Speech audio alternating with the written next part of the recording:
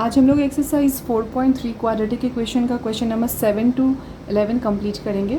देखो question number 7 क्या है। The difference of square of two number is 180, square of smaller number is 8 times the larger number, find the two numbers. अब इस question में तुम्हें पता चल रहा होगा कि हमें क्या लेट करना पड़ेगा, तो स्मॉलर नंबर और लार्जर नंबर यही लेके हम चल सकते हैं। तो सबसे पहले मैं यहाँ लेट करूँगी कि let the larger number be x. ठीक है, तो let the larger number be x. अब आगे की कहानी क्या दे रखी है कि square of the smaller number, तो यहाँ पे हम लोग लिख लें कि square of smaller number is 8 times of larger number, और लार्जर नंबर हमारा क्या है x। ठीक है, अब यहाँ पे एक चीज़ और फाइंड आउट कर लें कि स्क्वायर ऑफ लार्जर नंबर क्या होगा। तो लार्जर नंबर हमारा यहाँ था x, तो इसका स्क्वायर कर लें तो क्या मिलेगा x स्क्वायर। अब अकॉर्डिंग टू क्वेश्चन लिख के डिफरेंस इन स्क्वायर्स का निकालेंगे और इक्वेट करेंगे 180 के साथ। सो यहाँ लिखेंगे हम लोग according to question x square minus 8x equal 180। ठीक है, अब क्या करेंगे कि इस 180 को इस लेफ्ट साइड में उठा के लेके आओ, तो नेगेटिव हो जाएगा ये 180 इक्वेटेड टू 0। और इसको हम लोग सॉल्व कर सकते हैं बाय यूजिंग क्वाड्रेटिक फार्मूला और by splitting the middle term, दोनों में से किसी से भी कर सकते हो। तो मैं यहाँ पे 180 का फैक्टर ढूंढ रही हूँ, तो 18 इंटू 10, तो minus 18x plus 10x minus 180 equals to 0। x common लेते हैं तो x माइनस 18, 10 कॉमन ले लें तो x माइनस 18 इक्वल्स टू 0। तो हमारे पास आ गया दो फैक्टर x माइनस 18 और x प्लस 10। सो 0 के साथ इसको इक्वेट कर दिया। अब इसको आगे अगर सॉल्व करना है तो एक बार इसको 0 के साथ इक्वेट करेंगे और दूसरी बार इसको। तो when x minus 18 is 0 then we will get x equals to 18। और जब x प्लस 10 को 0 के साथ इक्वेट करेंगे तो x की वैल्यू हमें क्या मिलेगी -10। ठीक है, अब इन दोनों वैल्यूज़ की मदद से हमें, क्योंकि लार्जर और स्मॉलर दोनों नंबर के बारे में बताना है, तो इसमें हमें केस 1 और केस 2 देके शो करना पड़ेगा। तो केस 1 में यहाँ लिख रही हूँ व्हेन x इक्वल्स टू 18, जब x की वैल्यू 18 लेंगे तो क्या होगा। तो square of smaller number, square of smaller number, square of smaller number था क्या हमारा 8x। ठीक है, तो x की वैल्यू मैंने ले ली 8 इंटू 18। अब 8 इंटू 18 जब करोगे वो क्या मिलेगा 144। ठीक है ना। अब ये तो स्क्वायर है, बट हमें स्क्वायर तो फाइनली नहीं फाइंड आउट करना है, देयरफॉर स्मॉलर नंबर, तो smaller number equal root over 144। क्योंकि स्क्वायर अगर दे रखा है और तुम्हें सिंपल नंबर फाइंड आउट करना है तो यहाँ पे स्क्वायर रूट ही लगाना पड़ेगा, और ये नंबर हमें मिलेगा प्लस माइनस 12।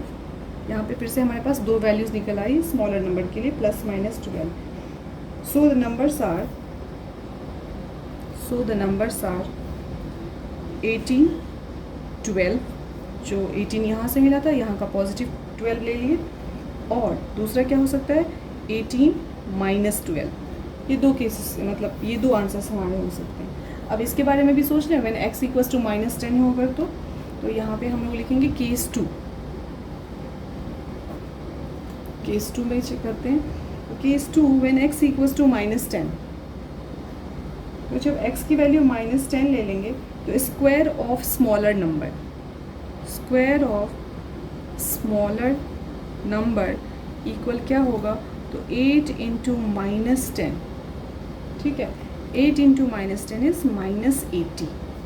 बट इस स्क्वायर की वैल्यू हमें दे रखी है, और इसको अगर फाइंड आउट करना होगा तो रूट लगाओगे तो यहाँ पे हमें पॉजिटिव नंबर नहीं मिलने वाला।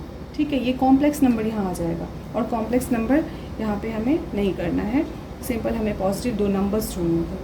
ठीक है, so x equals to -10 is not possible, is not possible. इसमें एक लाइन तुम ये भी लिख सकते हो कि but square of the number is always positive. हमें जो भी स्क्वायर के नंबर लेने थे वो पॉजिटिव नंबर लेना है। So x equals to -10 is not possible, hence the answer is 18, 12 और 18 -12। This is the answer. अब क्वेश्चन नंबर 8 हम लोग कर रहे हैं। क्वेश्चन नंबर 8 है अ train travels 360 kilometre at a uniform speed. If speed had been 5 km per hour more, it would have taken 1 hour less for same journey. Find speed of the train. इस question में क्या late करोगे तो यहीं से जो हमें find out करना होता है ना वहीं से लेकर हम लोग चलेंगे. So let the speed of the train be x kilometre per hour. तो पहले यही लिख लें कि let the speed of train be x kilometre per hour. ठीक है, ये सबसे पहले हमने लेट कर लिया. अब देखो कि इसे जाना कितना दूर था 360 किलोमीटर. तो 360 किलोमीटर जाने में उसे टाइम कितना लगेगा अगर उसकी स्पीड हो x किलोमीटर पर आवर. तो टाइम इक्वल हम जानते हैं क्या होता है डिस्टेंस अपॉन में स्पीड. तो यहाँ हम लिखेंगे time taken to cover 360 kilometre. ठीक है, तो ये हो जाएगा 360 अपॉन में x आवर. ठीक, अब आगे क्वेश्चन हमें दे रखा है कि अगर उसकी स्पीड 5 किलोमीटर पर आवर ज़्यादा हो जाए, मतलब अब स्पीड उसकी x ना हो के क्या होगी x प्लस 5 इंक्रीज हो गया. तो न्यू स्पीड हम लोग यहाँ लिख लें कि उसकी जो न्यू स्पीड है वो कितनी है तो x plus 5 kilometre per our. अब इसी डिस्टेंस को जाने में अब उसे कितना टाइम लगेगा तो न्यू टाइम कह सकते हो उसको. तो न्यू टाइम 360 अपॉन में x प्लस 5 आवर. अब इन दोनों का डिफरेंस अगर हम लें तो वो 1 आवर के साथ इक्वेट किया जा सकता है. ठीक है, तो अकॉर्डिंग टू क्वेश्चन लिख के और हम लोग यहाँ पे इसको इक्वेट करेंगे. So 360 upon x minus 360 upon x plus h equals to 1. यहाँ पे ध्यान रखना कि डिनोमिनेटर जितना ही छोटा होगा वो फ्रैक्शन उतना ही बड़ा होगा और डिनोमिनेटर जितना बड़ा होगा वो फ्रैक्शन उतना ही छोटा होगा. इन दोनों में न्यूमरेटर तो 360 इसके पास भी है इसके पास भी है, बट x वाला मैंने आगे रखा है क्योंकि ये वाली जो वैल्यू कैलकुलेट होगी वो बड़ी होगी और ये वाली जो वैल्यू कैलकुलेट होगी वो छोटी होगी. अब सिंप्लीफाई करना है. सिंप्लीफाई करने के लिए तुम क्या कर सकते हो 360 को कॉमन निकालो, ये छोटा हो जाएगा. तो 360 को मैंने बाहर निकाला और ये हो गया x minus 1 upon x plus 5. ठीक है, इक्वल्स टू 1. सिंप्लीफाई करते हैं एलसीएम वगैरह लेके एज यूजुअल जैसे सिंप्लीफाई करते हैं ना वैसे ही करना है. ये x और x प्लस 5 दोनों यहाँ पे हो गए. यहाँ पे आ गया x प्लस 5, यहाँ आ गया माइनस x, ये दोनों cancel out equals to 1. So 360 into 5 equal x multiply by x plus 5. कुछ ऐसा आएगा. अब आगे सॉल्व करते हैं. इसको सिंप्लीफाई करेंगे. 360 को 5 से मल्टीप्लाई करेंगे, x को x के साथ मल्टीप्लाई करोगे तो होगा क्या x स्क्वायर और प्लस 5x. ठीक है, यानी कि हमारा यहाँ पे इक्वेशन आने वाला है x square plus 5x minus 1800 equals to 0. So factors अगर निकालोगे 1800 का तो स्प्लिटिंग द मेथड से निकालोगे तो ये हमारा हो जाएगा x square plus 45x minus 40x minus 1800 equals to 0. अब जैसे कॉमन लेके सॉल्व करते थे इस दोनों के बीच और इस दोनों के बीच, तो हमारे पास जो फैक्टर निकलेगा वो ये निकलेगा x minus 40 and x plus 45 equals to 0. ठीक है, अब इस सेम वे में इस इक्वेट करना है हमें. तो जब सॉल्व करेंगे hence we get x equals to 40 और x equals to minus 45. But speed can not be negative, ये निगेटिव कंसिडर हम लोग नहीं करेंगे. ठीक है ना. सो देयरफॉर यहाँ पे लिख देना पड़ेगा हमें कि speed can not be negative. ठीक है, therefore x equals to 40 kilometre per hour. Okay, question number 9 solve करते हैं. पहले क्वेश्चन पढ़ लें. 2 water taps together can fill a tank in 9/3/8 hour. The larger tap takes 10 hours less than the smaller one to fill the tank separately. Find the time in which each tap can fill the tank separately. तो तुम्हें क्या पता चला इस question से कि हम 2 water taps है जो कि दोनों मिलकर जब टैंक को फिल करते हैं तो टोटल टाइम कितना लग रहा है 9/3/8 आवर. अगर इसको मिक्स, ये तो मिक्स फ्रैक्शन है, इसको सिंपल फ्रैक्शन में तोड़ ले तो कितना होगा 75/8 आवर. और जो बड़ा वाला टैप है वो क्या करता है कि 10 आवर लेस ले रहा है किससे स्मॉलर वन से, छोटे वाले से. So find the time in which each tap can fill the tank separately. तो अगर सिंगल नल ही खोला जाए, छोटा वाला ही नल खोले या फिर बड़ा वाला ही नल खोले तो वो सेपरेटली कितना टाइम लेंगे उस पूरे टैंक को फिल करने के लिए, ठीक है। तो सबसे पहले इस क्वेश्चन में हम लोग लेट करेंगे कि let the time taken by the larger tap to fill the tank be x hour, ठीक है। तो ये हम लोग लिख रहे हैं let the larger tap fill the tank in x hour, ठीक है। हमने लिख लिया, पहले से ही लेट कर लिया कि लार्जर टैप जो है वो फिल करने में x आवर का टाइम ले रहा है, ठीक है। और जो स्मॉलर टैप है and the smaller tap takes x plus 10 hour to fill the tank, ठीक है। तो बड़े वाले का हमने x आवर ले लिया और जो छोटा टैप है वो ज़्यादा टाइम ले रहा है, इसलिए x + 10 आवर। अब ये देखो कि x आवर में पूरी टंकी को फिल कर देता है, तो 1 आवर में वो कितना फिल करेगा, मतलब पार्ट ऑफ द टैंक ही वो फिल करेगा यूनिटरी मेथड में। If it fills 1 complete part in x hour, ठीक है। तो अगर हमें 1 आवर का कैलकुलेट करना हो तो यूनिटरी मेथड से जैसे कैलकुलेट करते थे वैसे ही हम लोग कैलकुलेट कर लेंगे और यहाँ पे सिंपली लिख देंगे कि portion of tank filled by larger tap in 1 hour, ठीक है। 1 घंटे में इस बड़े टैप ने टंकी के कितने पार्ट को फिल किया, तो 1/x ही होगा, ठीक है ना, ये तो पार्ट ही निकला। इसी तरीके से हम लिखेंगे कि portion of tank filled by smaller tap in 1 hour. जो छोटा टैप है वो कितना पार्ट फिल करेगा टैंक का, तो वो फिल करेगा 1/x + 10 part of the tank, ठीक है ना। अब लार्जर टैप जो है वो अगर इतना टाइम ले तो कितना पार्ट वो फिल करेगा टैंक को।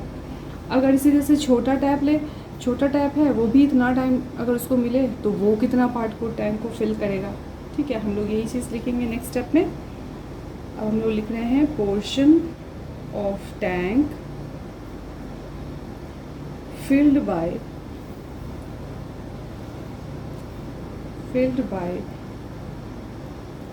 Larger tap in 75/8 hour equal कितना होगा, तो 1/x तो था ही, ये हो गया 75/8, ठीक है। फिर क्या लिखेंगे, portion of tank filled by smaller tap, time कितना, सेम वही टाइम जो ऊपर अभी हमने लिखा है उसी टाइम में वो कितना टाइम लेगा, कितना पोर्शन को फिल करेगा, ये हम लोग कैलकुलेट कर रहे हैं ना, तो उसी टाइम से इसको भी मल्टीप्लाई कर दिए। नेक्स्ट स्टेप करते हैं। अब क्या पता चलेगा, अकॉर्डिंग टू क्वेश्चन यहाँ पे लिखो, और जब ये दोनों टैप साथ में खोले जाएंगे तो 1 कंप्लीट टैंक को फिल कर देंगे, ठीक है। तो हम लोग यहाँ क्या लिखेंगे, 75/8x प्लस फिर ये वाला लिखेंगे 75/8 × x + 10 = 1। इसको सिंप्लीफाई हमें अच्छे से करना है और क्या करना है, क्वाड्रेटिक इक्वेशन लाना है ताकि सिंप्लीफाई आसान हो जाए। तो 75 को चलो बाहर ले लेते हैं, 8 भी बाहर आ जाएगा, तो हमारे पास क्या बचा, 1/x + 1/x + 10 = 1। सिंप्लीफाई करने के लिए क्या करोगे, x और x + 10 ये दोनों ही हमारे एलसीएम हो जाएंगे। तो अगले स्टेप में 75/8 और ये रहा एलसीएम x + 10, ठीक है। यहाँ पे आएगा x + 10 + x = 1। अब हमें सिंप्लीफाई करना है, देखो x और x मिलके 2x और इसको भी मल्टीप्लाई कर देंगे तो ये क्या होगा, x² + 10x, फिर क्रॉस मल्टीप्लाई कर देंगे और सारे टर्म्स को एक साइड उठा के ले आएंगे ताकि सिंपल क्वाड्रेटिक इक्वेशन हमें मिल जाएगा। तो हमारा इक्वेशन कुछ ऐसा आ रहा है 4x², ठीक है। हमारा इक्वेशन आ रहा है 4x² - 35x - 375 = 0, ठीक है। ये इक्वेशन आ गया। अब इक्वेशन को हम लोग सॉल्व कर सकते हैं किसी भी मेथड से, ठीक है, यहाँ पे मैं क्वाड्रेटिक फार्मूला से सॉल्व करूँगी। इसके लिए डी निकालेंगे। डी इक्वल क्या होता है, बी स्क्वायर माइनस 4ac। ठीक है, इसमें ए बी सी लिख लो पहले ही। ए क्या है 4, बी क्या है -35 और सी क्या है -375।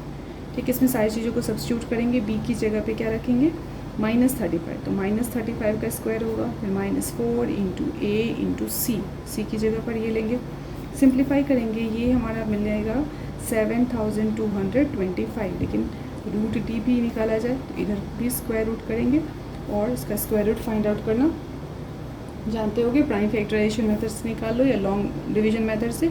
ये 85 मिल गया। ठीक है, अब 85 मिलने के बाद हमें क्या करना होता है कि x की वैल्यू निकालनी होती है, जो क्वाड्रेटिक फार्मूला है उसकी मदद से। तो हम लोग इक्वेशन का जानते हैं, x इक्वल होता है क्या, -b plus minus √/d upon में 2a। अब सारी वैल्यूज़ को क्या करना है, हमें यहाँ पे रखना है। तो b की जगह पे हमने ले लिया -35 प्लस माइनस √/d। तो ये तो वैल्यू हमने यहाँ पे 85 निकाला है, तो डायरेक्ट 85 पुट कर देंगे और नीचे होता है 2a। 2a मीन्स यहाँ पे कितना हो गया 8। अब इसको सिंप्लीफाई कर लो, ये क्या हो गया 35 प्लस 85/8 और दूसरी बार क्या करेंगे 35 माइनस 85/8। तो सिंप्लीफाई करोगे तो तुम्हारे पास दो सॉल्यूशंस निकलेंगे। एक होगा 35 प्लस 85/8 x की वैल्यू और दूसरा निकालोगे तो 35 माइनस 85/8।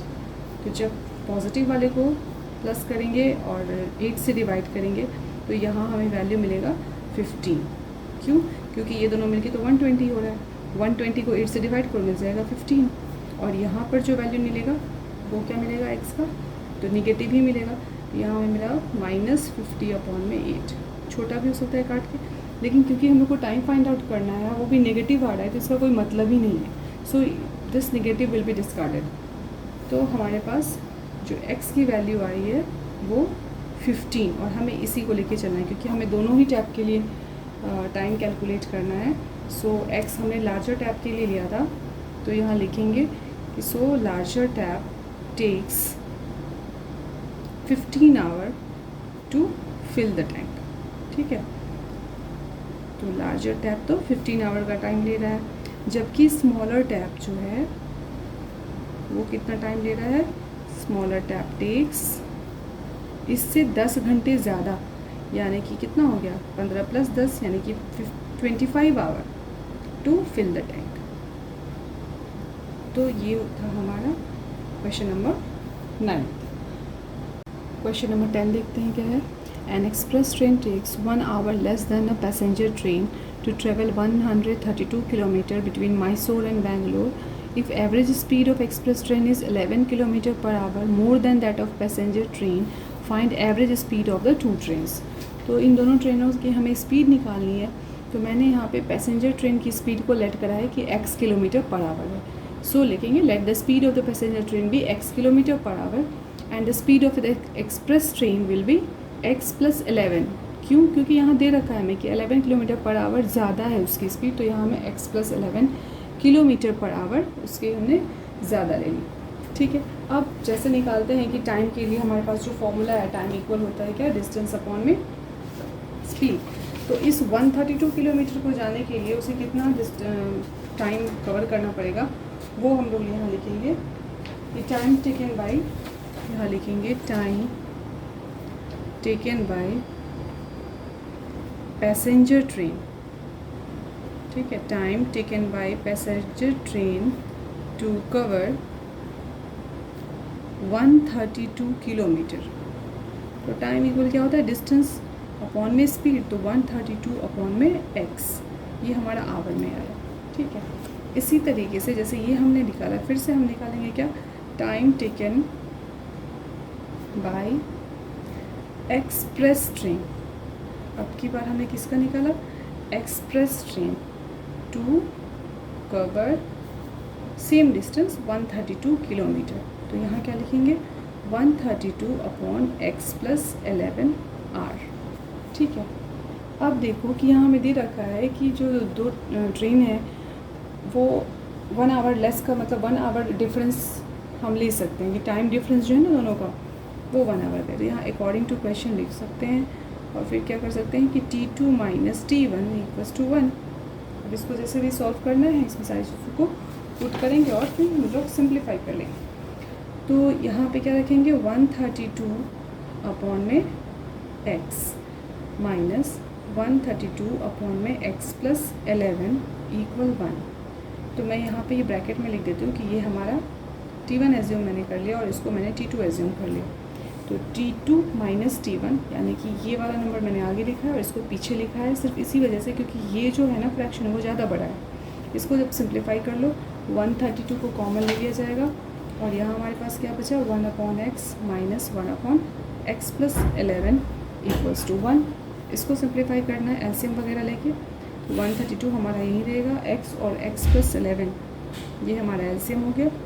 यहाँ क्या हो गया, x plus 11 minus x equal 1, ये दोनों कैंसिल आउट और मल्टीप्लाई कर लेना है 132 को 11 के साथ। तो 132 को 11 से मल्टीप्लाई करोगे तो ये तुम्हें मिल जाएगा 1452। ठीक है, तो यहाँ पे मैं लिख देती हूँ 1452 equal x square plus 11x। इसको इस साइड शिफ्ट करो, यहाँ पॉजिटिव है उधर जाएगा तो नेगेटिव आ जाएगा। तो इक्वेशन हमारे पास क्या बना, x square plus 11x minus 1452 equals to 0। ठीक है, इसको सिंप्लीफाई करना है, स्प्लिटिंग द मिडिल टर्म से कर लेंगे। तो जब तुम स्प्लिटिंग द मिडिल टर्म से करोगे तो ये दो फैक्टर्स आएंगे, x प्लस 44 और दूसरा आएगा x माइनस 33 इक्वल्स टू 0। ठीक है, तो एक बार इसको 0 के साथ इक्वेट करेंगे, एक बार इसको 0 के साथ इक्वेट करेंगे। x की दो वैल्यू निकलेगी, एक बार माइनस 44 आएगा और x इक्वल्स टू 33 भी आएगा। लेकिन ध्यान रखना कि जो value x equals to minus 44 है उसको डिस्कार्ड हम लोग करेंगे क्योंकि स्पीड जो है वो नेगेटिव तो नहीं होगी, तो इसको डिस्कार्ड कर देंगे और ये लेके चलेंगे जो कि किसकी स्पीड थी, हमारी पैसेंजर ट्रेन की। So we got speed of passenger train में क्या मिल गया, स्पीड ऑफ पैसेंजर ट्रेन मिल चुका है और वो मिला है 33 किलोमीटर पर आवर।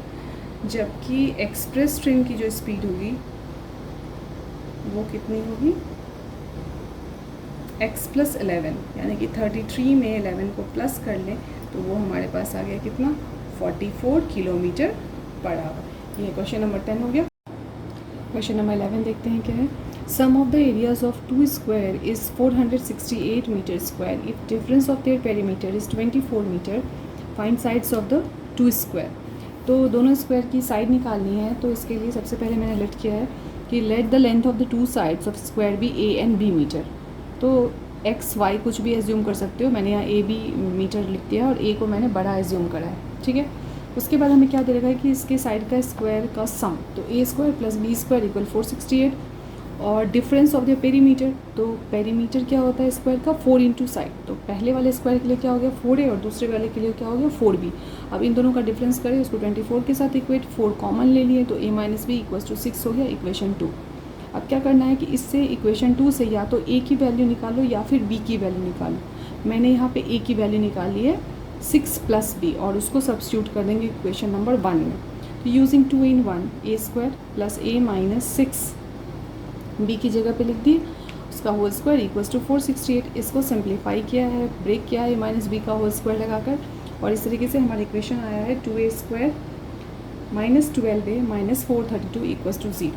अब इसमें क्या हो सकता है 2 कॉमन ले लोगे तो ये और भी छोटा हो जाएगा, क्या होगा a square minus 6a minus 216 equals to 0। इसको सिंप्लीफाई कर लेना है क्वाड्रेटिक फॉर्मूला से या स्प्लिटिंग द मिडिल टर्म से, दोनों में से किसी से भी कर सकते हो। तो यहाँ पे तुम्हें दो फैक्टर मिल जाएगा, एक हो जाएगा a माइनस 18 और दूसरा मिल जाएगा a प्लस 12, तो इक्वल्स टू 0। अब क्या करते हैं हम लोग, या तो इसको 0 के साथ इक्वेट करोगे, एक बार इसको करोगे। तो जब तुम इसको 0 के साथ इक्वेट करोगे तो a की वैल्यू क्या निकलेगी 18 और यहाँ से जब इक्वेट करोगे 0 के साथ तो यहाँ से क्या मिलने वाला है माइनस 12। तो दो वैल्यूज़ तो हमें यहाँ पे मिल रहा है, बट ये भी जानते हैं कि साइड जो है वो नेगेटिव में कंसिडर नहीं किया जाएगा। तो यहाँ पे हमें एक लाइन लिखना पड़ेगा, but the length can not be negative, कि लेंथ हम नेगेटिव लेंगे नहीं। ठीक है, तो a की वैल्यू कितनी आ गई 18 आ गई। अब जब a की वैल्यू 18 आ गई तो b की वैल्यू यहाँ पे तो निकाली जा सकती है ना। So b is equals to a minus 6, तो 18 में से 6 को माइनस कर दो, ये क्या हो गया 12 मीटर। तो इस तरीके से हमने देखा कि जो दो साइड्स हैं स्क्वायर की, जो साइड्स है वो कितनी निकली, sides of square are 18 metre and 12 metre. ठीक है ना। तो ये था हमारा क्वेश्चन नंबर 11।